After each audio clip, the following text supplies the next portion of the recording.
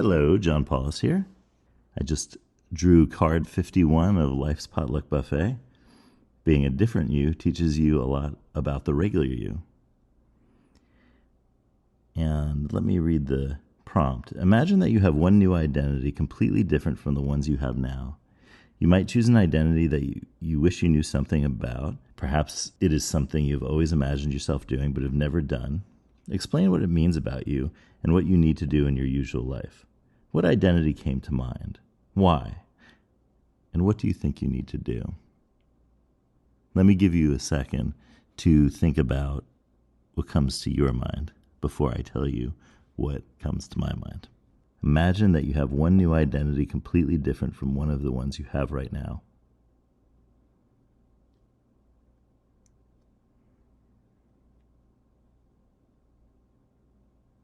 What popped to mind?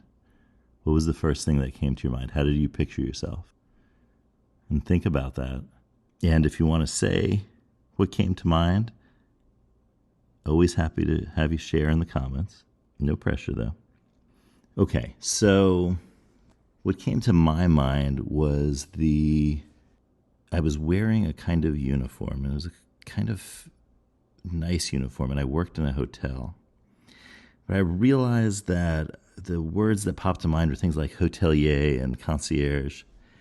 I think I've never worked in hospitality, and this is why this is a good answer for this question, since I never worked in hospitality before. And at the same time, hospitality is central to my way of working.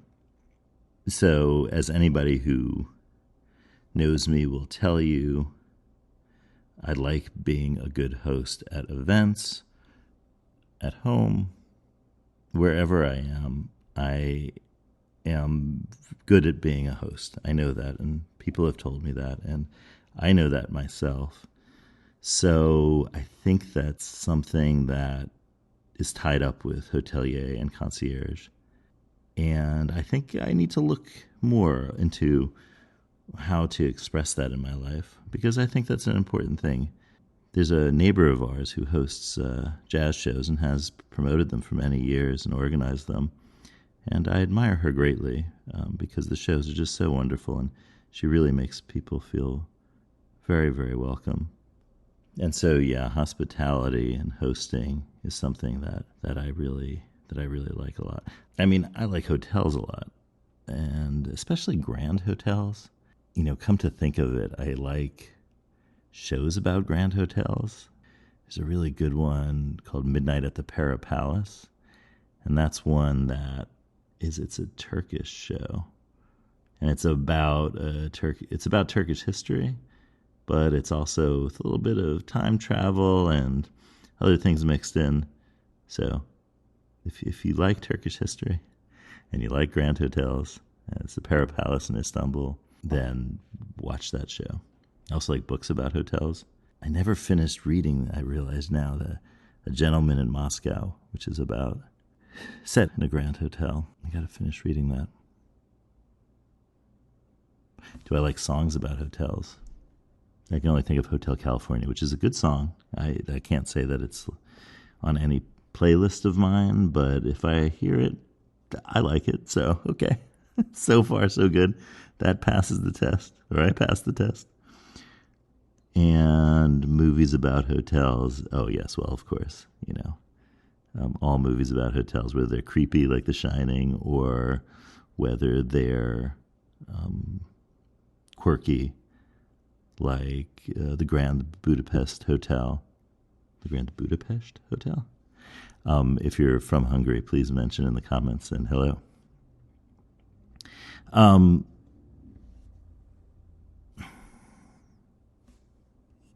What did you say?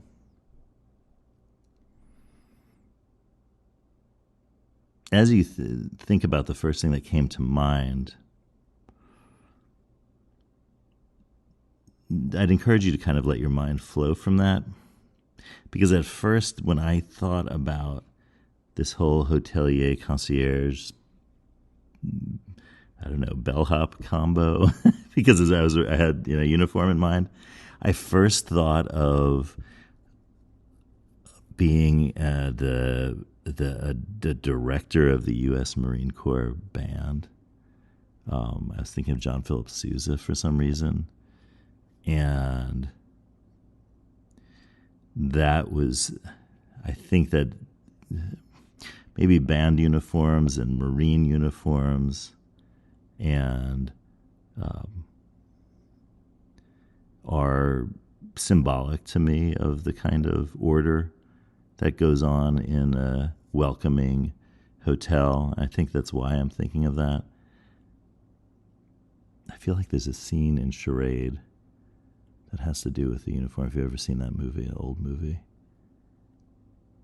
where Audrey Hepburn confuses a Marine for a soldier, or a soldier for a Marine?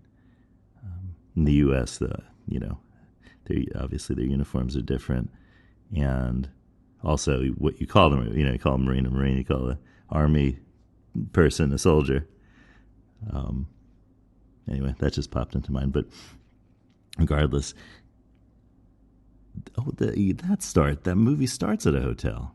I think in San Moritz at a kind of ski resort. Okay, so the hotel theme continues.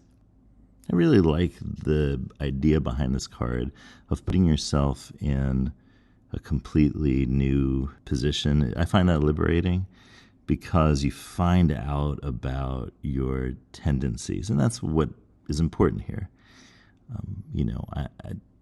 I've answered this card in so many different ways. Maybe sometimes I'm a air traffic controller, sometimes I'm a